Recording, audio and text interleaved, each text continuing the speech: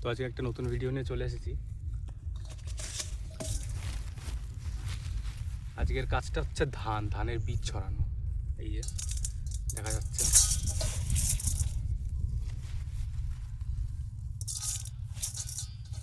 এই যে ধান। এটা হচ্ছে বীজ ধান, মানে এই বস্তাতে করে 3 দিন রাখা হয়েছিল।